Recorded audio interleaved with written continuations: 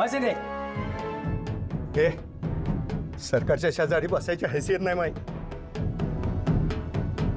हे तर माय बापट ना माय.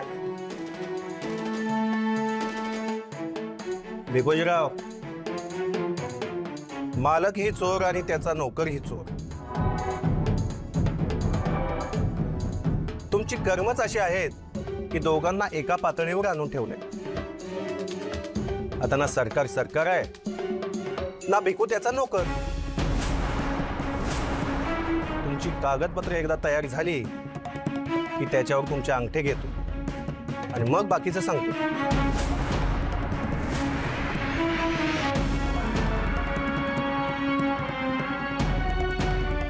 सरकार काहीतरी करा ना तुम्ही. आपल्याला लवकरच इथून बाहेर पडायला पाहिजेत. लय गुदमारायला होऊन राहिलं नाही ते.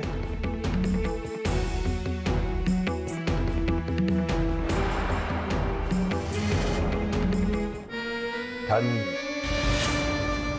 थन थन.